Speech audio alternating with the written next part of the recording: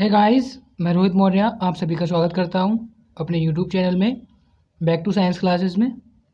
जैसा कि आपको पता है कि हम इस सेशन में क्लास 10th एनसीईआरटी साइंस को कवर कर रहे हैं, हिंदी में कवर कर रहे हैं।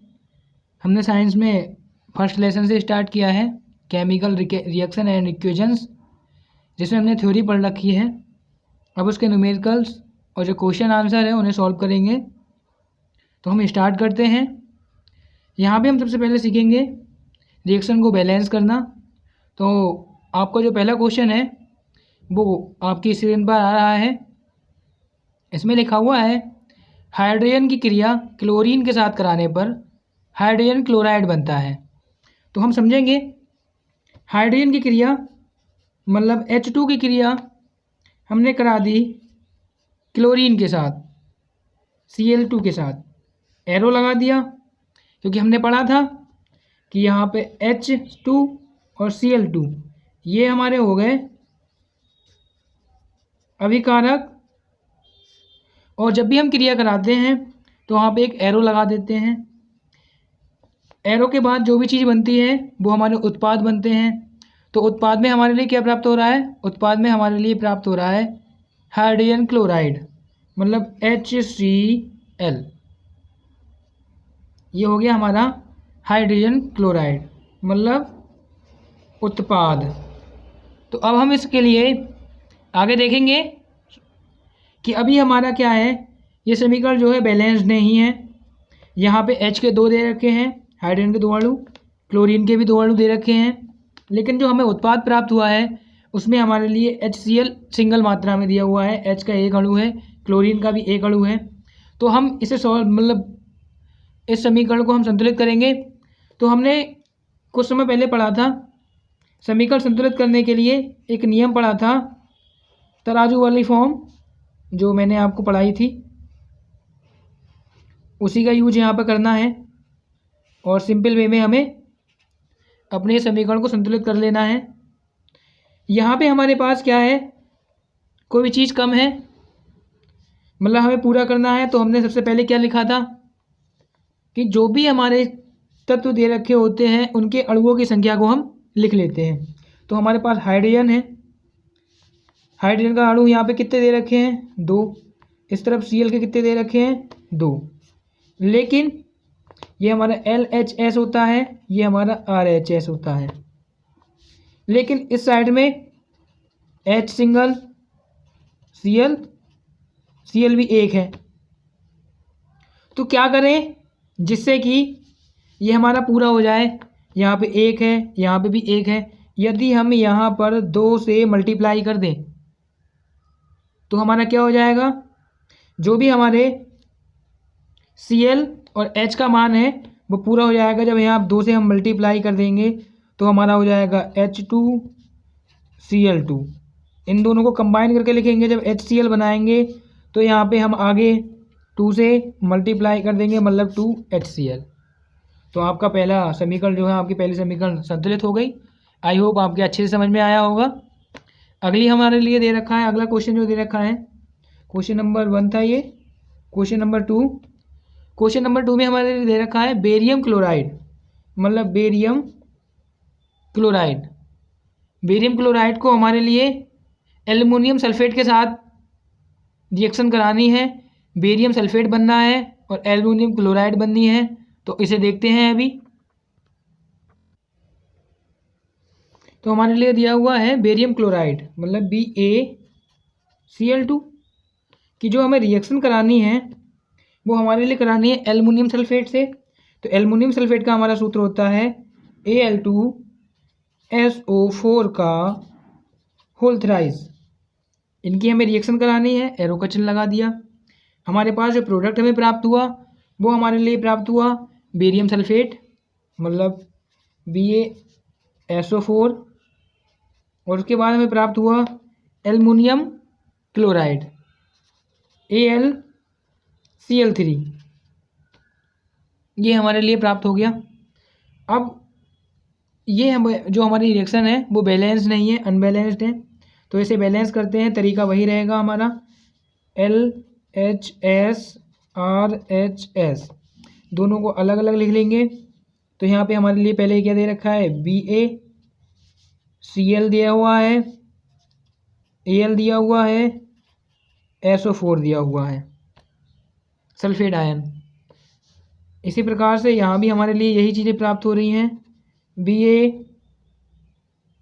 BaSO4 sulphate ion SO4 AlCl। अब इनके हम अणु देख लेंगे कितने कितने हैं। जो हमारा अभिकारक है, ये दो हमारे अभिकारक हैं। अभिकारक वाले तरफ Ba का मान 1 दिया हुआ है। इसी प्रकार Cl जो है हमारी, वो Cl के 2 अणु हैं। एल्युमिनियम के हमारे 2 अणु हैं। और जो SO4 है सल्फेट आयन, इसके हमारे 3 अणु हैं। तो इस बार की तरफ देखते हैं, RHS वाली तरफ देखते हैं कितने कितने अणु दिए हुए हैं। Ba हमारा 1 है, Al हमारा जो Al आया, यहाँ पे हमारे पास कितने हैं, 2 हैं, लेकिन हमारे लिए 1 Al प्राप्त हो रहा है। Cl हमारे पास कितने हैं, यहाँ पे हमारे 2 हैं, यहाँ हमें Cl 3 प्राप्त हो रहे हैं। और SO4 का जो है वो हमारे लिए 1 ही अणु प्राप्त हो रहा है, यहाँ पे हमारे पास 3 है सल्फेट आयन का। तो अभी संतुलित करने के लिए देखते हैं। सबसे पहले जिस चीज़ में कमी होती है वहाँ पर हम क्या करते हैं, मल्टीप्लाई कर देते हैं। तो पहले हमें रिएक्शन को संतुलित करने के लिए सबसे पहले हमें ज़रूरत पड़ेगी कि हमारे पास जो सल्फेट आयन है, पहले हम इसे संतुलित करेंगे। तो सल्फेट आयन हमारे पास कितने हैं, होल थ्राइस में है, 3 हैं। तो यदि हम BaSO4 वाले अगर साइड में जो हमारा BaCl2 वाला है, इसमें अगर 3 से मल्टीप्लाई कर दे तो हमारा शायद सही हो जाएगा। तो इसे संतुलित करने के लिए पहले हम यहाँ करेंगे 3 से मल्टीप्लाई। इससे क्या हुआ कि SO4 3 थे, तो यहाँ पे जब 3 से मल्टीप्लाई किया तो SO4 हमारे हो गए 3। बट BaSO4 में 3 से मल्टीप्लाई करने पर SO4 का तो मान पूरा हो गया, लेकिन यहाँ पे Ba हमारा कितना था, 1 था। मल्टीप्लाई करने के बाद कितना हो गया, 3 हो गया। तो यहाँ पे मतलब ज़्यादा हो गया। अब इधर ज़्यादा है, कम इधर है, तो तराजू वाला सिस्टम वही, जिस तरफ ज़्यादा होता है उसे निकालते नहीं है, कम वाले तरफ को चीज़ों को बढ़ा देते हैं। तो हम क्या करेंगे, जो BA वाली साइड है, ये वाली साइड है, इसमें मल्टीप्लाई कर देंगे। कितने से करेंगे, यहाँ पे हमारे पास 3 है, तो यहाँ पे भी हम कितने से मल्टीप्लाई कर देंगे, 3 से हमने मल्टीप्लाई कर दिया। जब हमने 3 से मल्टीप्लाई किया तो क्या हो गया, 3 BA के 3 हो गए। बट मल्टीप्लाई में यहाँ पे Ca भी है, Cl भी है, तो यहाँ Cl की भी हमें मल्टीप्लाई करनी पड़ेगी 3 से, 6 हो जाएगा।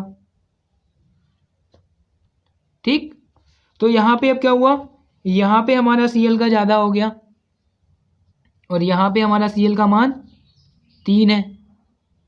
तो अब इधर ज़्यादा है, तो अब हमें किसी ना किसी चीज़ से इधर मल्टीप्लाई करनी होगी जिससे कि Cl का मान 6 हो जाए। तो 3 ऑलरेडी है, 3 में अगर हम 2 से मल्टीप्लाई कर दें तो हमारा Cl का मान 6 हो जाएगा। तो हमने यहाँ पे जो हमारे 2 से हमने मल्टीप्लाई की, Al पूरे में हमने 200 यहाँ पे मल्टीप्लाई की, तो Al के 2 हो गए और Cl हमारा 6 हो गया। तो देखिए हम दोबारा चेक करते हैं इसे। देखिए Ba हमारा पूरा हो गया 3, यहाँ भी हमारा Ba 3 है। जो हमारा SO4 है 3 है, यहाँ भी 3 है। Al के हमारे पास 2 हैं, यहाँ भी हमारे पास 2 हैं। Cl हमारे पास 6 है, यहाँ भी हमारे पास 6 है। तो आपकी रिएक्शन संतुलित हो गई। आई होप आपके अच्छे से समझ में आया होगा। यदि कोई भी डाउट है तो हमारे लिए कमेंट बॉक्स में कमेंट छोड़ें और चैनल को सब्सक्राइब अवश्य कर लें, जिससे कि आपको सारी नोटिफिकेशन मिलती रहें। आगे बढ़ते हैं एग्जाम्पल नंबर 3 पे। 3 हमारा दिया हुआ है, हमें क्रिया करानी है सोडियम की क्रिया, मतलब सोडियम धातु की क्रिया जल के साथ H2O के साथ हमें करानी है। तो हमारा प्राप्त होगा सोडियम हाइड्रोक्साइड, मतलब सोडियम हाइड्रोक्साइड NaOH, और हमारा प्राप्त होगा हाइड्रोजन गैस के रूप में। अब हम इसे संतुलित करते हैं। हम पहले नामकरण कर लेते हैं इसका। ये दोनों हमारे हो जाएंगे अभिकारक और ये दोनों हो जाएंगे हमारे उत्पाद। ये साइड हो जाएगी हमारी LHS, ये हो जाएगी हमारी RHS। तो इसके लिए फिर वही तरीका है, 20 से आधा कीजिए। यहाँ पे जो भी अभिकारक हमारे दिए हुए हैं उनकी संख्या लिखिए, Na और HO, इन सारी चीज़ों को हम लिख लेंगे। इसी तरीके से इस तरफ भी लिख लेंगे NaHO। अब इनकी संख्या लिख लेंगे किस तरफ कितने हैं। तो यहाँ पे Na का 1 है, H के 2 हैं, O का 1 है। यहाँ देखेंगे Na का हमारे पास 1 है, बट H के हमारे पास एक H ये है, एक 2 ये हैं, तो H हमारे पास 3 हो गए, हाइड्रोजन के 3 मॉलिक्यूल हो गए। ऑक्सीजन हमारे पास कितनी हो रही है, 1।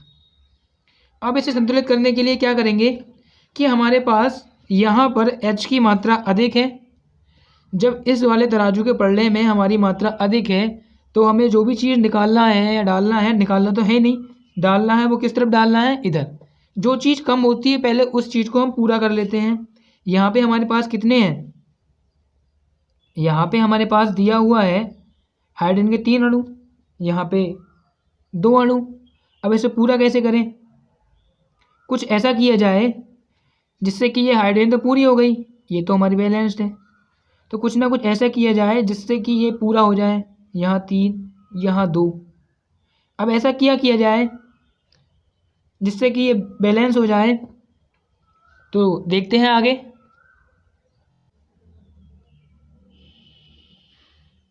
तो यहाँ पे हम समझेंगे कि Na का हमारे पास यहाँ पे 1 है, H के हमारे 2 अणु हैं, ऑक्सीजन का हमारा 1 अणु है, जबकि यहाँ पे हमारे पास जो Na है वो 1 है और H हमारे पास यहाँ 3 है, यहाँ पर हमारे पास 1 है। तो हम जब इसे पूरा करेंगे तो किस तरीके से पूरा करेंगे, यदि हम H2 में तो हमें कुछ नहीं करना है क्योंकि हाइड्रोजन हमारी गैस है, तो गैस H2 के रूप में होगी। तो हमारे पास यदि हम यहाँ 2 से मल्टीप्लाई कर दें, यदि हम इस तरफ 2 से मल्टीप्लाई कर दें 4 हो जाएगा। और यहाँ पर हमने जो H है, इस H को हमने 2 तरीके से H में तोड़ा हुआ है। यहाँ पर हमारे H ऑलरेडी 2 हैं, अगर हम यहाँ पर भी 2 से मल्टीप्लाई कर दें तो भी H 4 हो जाएंगे, हमारे यहाँ 2 तो 4 हो जाएंगे। तो हमने क्या करना है, यहाँ पर हमें 2 से हमने मल्टीप्लाई की, Na हमारे पास 2 हो गए, तो हमने यहाँ पे भी 2 से मल्टीप्लाई की।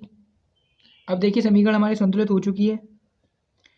यहाँ पे हमारी ऑक्सीजनों की संख्या हो जाएगी, ऑक्सीजन की संख्या 2 से हमने मल्टीप्लाई की 2 हो गई, और यहाँ पे हमने 2 से मल्टीप्लाई की तो 2 हो गई। मतलब समीकरण अब हमारी बैलेंस होने आ रही हो चुकी है। 2Na H के हमारे हो गए 4, तो इसके 2 गुना 4, मतलब यहाँ से हो गए 4, 2 ये हो गए, 2 ये हो गए, H के हमारे पास 4 हो गए।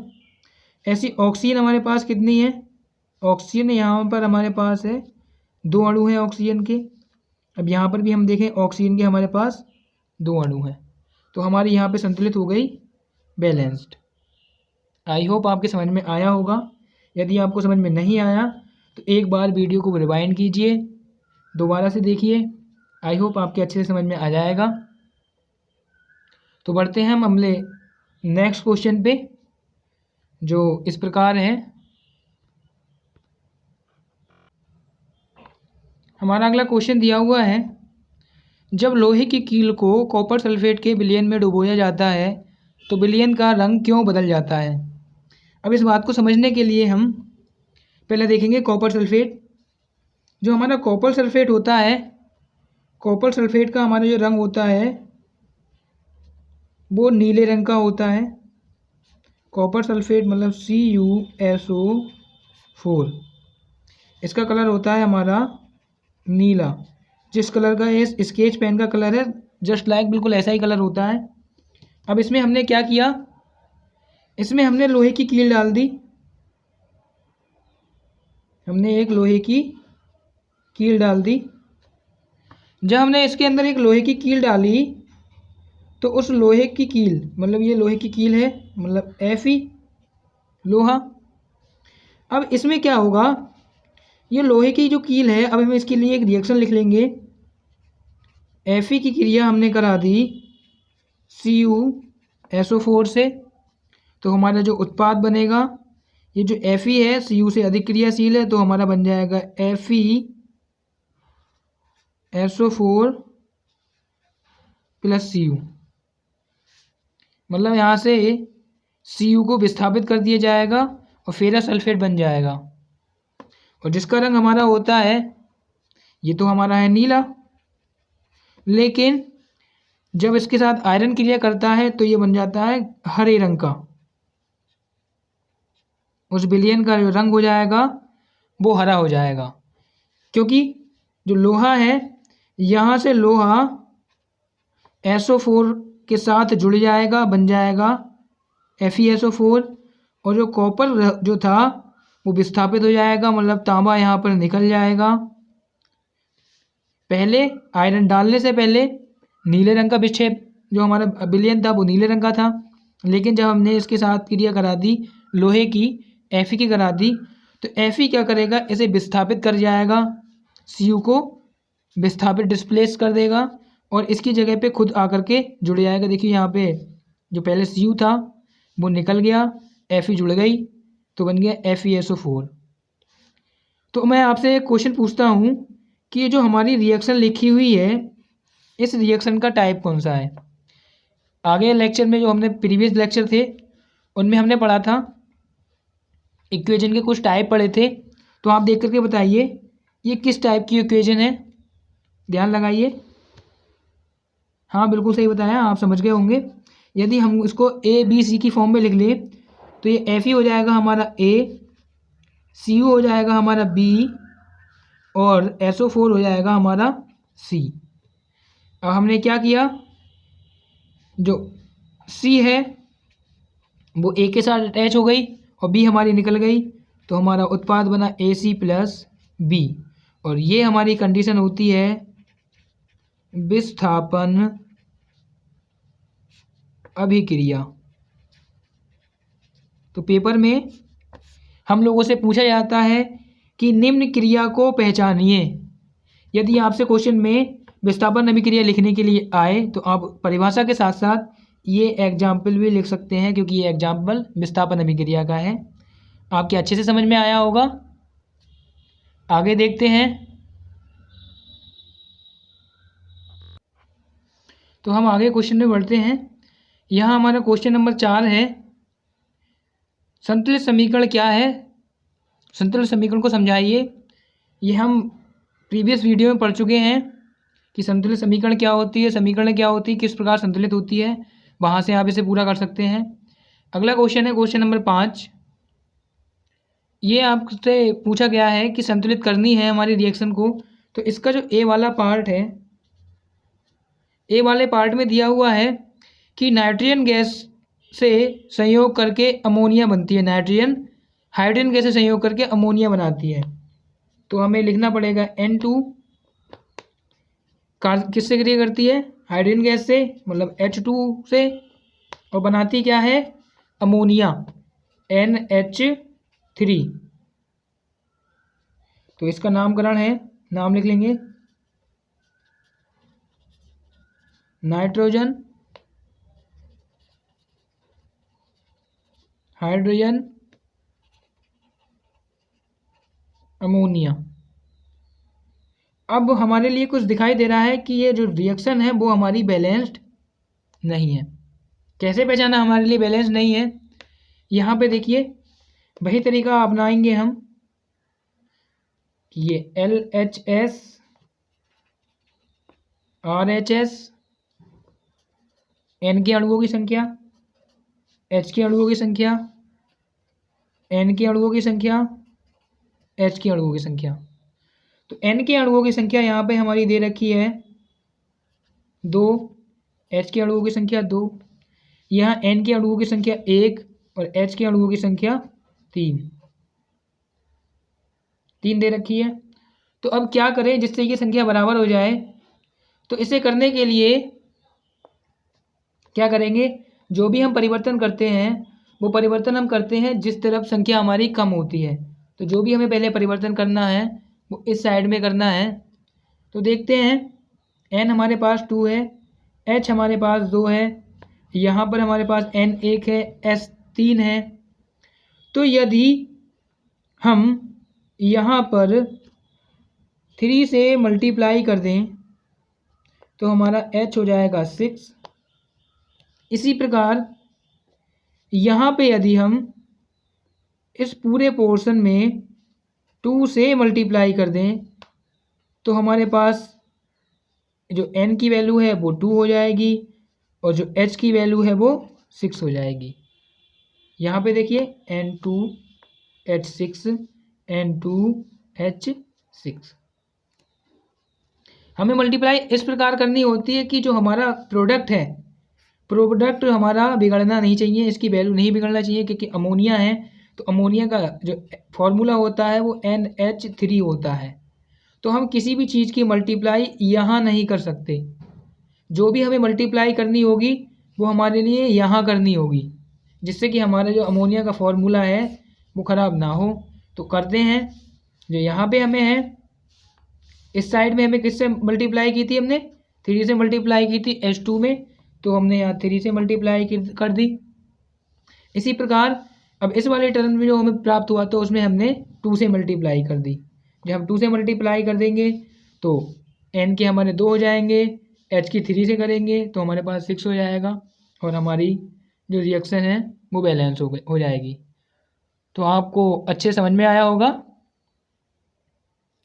आगे इसका एग्जाम्पल देखते हैं।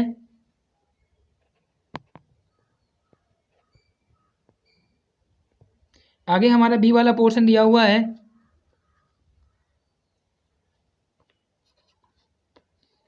हाइड्रोजन सल्फाइड का वायु में दहन होने पर जल एवं सल्फर डाइऑक्साइड बनती है। तो इसे हम सॉल्व करेंगे, क्वेश्चन पढ़ेंगे। यहाँ दे रखा है हाइड्रोजन सल्फाइड गैस का वायु में दहन करने पर सल्फर डाइऑक्साइड बनती है। तो हाइड्रोजन सल्फाइड का सूत्र लिख लेते हैं। हाइड्रोजन सल्फाइड की क्रिया हमने करा दी वायु में दहन।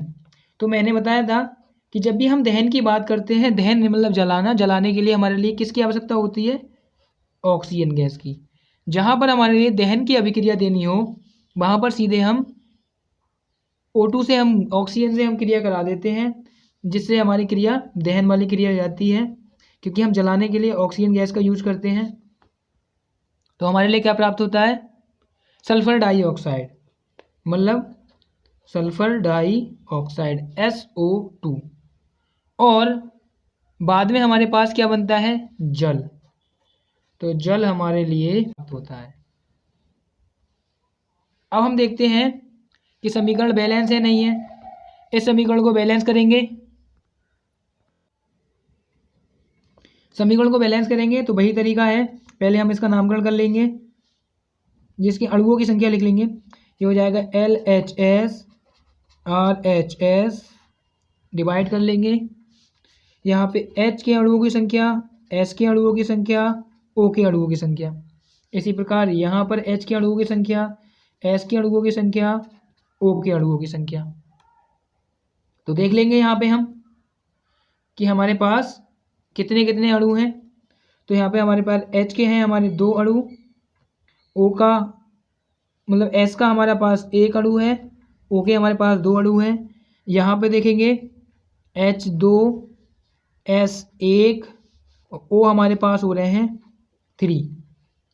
तो हमारे पास चीज़ें जो हैं ऑक्सीजन की मात्रा यहाँ पर कुछ ज़्यादा है, यहाँ पर हमारे पास कम है। तो हम क्या करेंगे पूरा करने के लिए कि हमें ऑक्सीजन की जो संख्या है वो पूरी करनी है। तो यदि हम ऑक्सीजन की संख्या पूरी करने के लिए इस वाले टर्म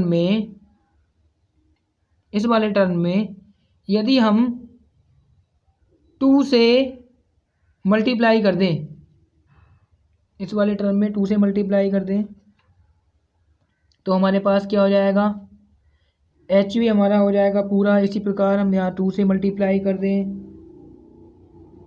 जो हमारा SO2 में भी 2 से मल्टीप्लाई कर दें और H2 में 2 से मल्टीप्लाई कर दें, तो सारी चीज़ें हमारी कंप्लीट हो जाएंगी।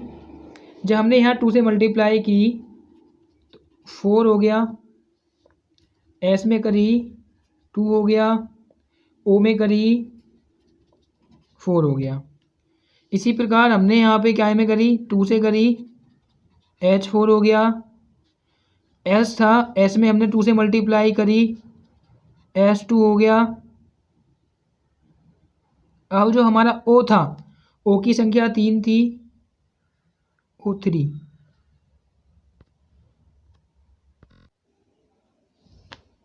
यहाँ पर हमारे अगर हमने 2 से मल्टीप्लाई की तो हमारा हो रहा है 6, जबकि यहाँ पे हमारे पास कितने हो रहे हैं 4। तो हम यहाँ पर 2 की जगह 3 से मल्टीप्लाई कर दें तो हमारे पास जो संख्या हो जाएगी वो 6 हो जाएगी। तो हम देखेंगे कि हमारी जो रिएक्शन है वो पूरी की पूरी संतुलित हो चुकी है।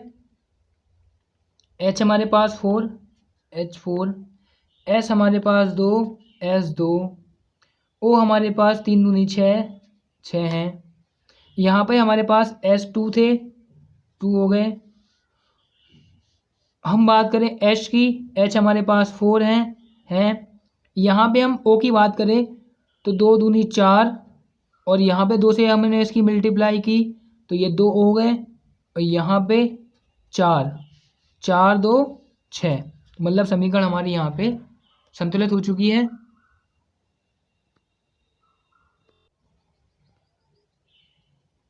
तो आई होप आपके समझ में आया होगा। तो आज हम अपनी वीडियो को यहीं समाप्त करते हैं। यदि आपको कोई दिक्कत हुई हो, समस्या हुई हो, समझ में ना आया हो तो आप हमें कमेंट कर सकते हैं। लाइक ज़रूर करें, शेयर करें और सब्सक्राइब करना ना भूलें। बैक टू साइंस क्लासेस को ज़्यादा से ज़्यादा अपने दोस्तों के साथ शेयर करते रहें, जिससे कि उन लोगों को भी फ़ायदा हो जाए, बोर्ड एग्जाम में अच्छे नंबर पा सकें। Be safe and stay at home. धन्यवाद।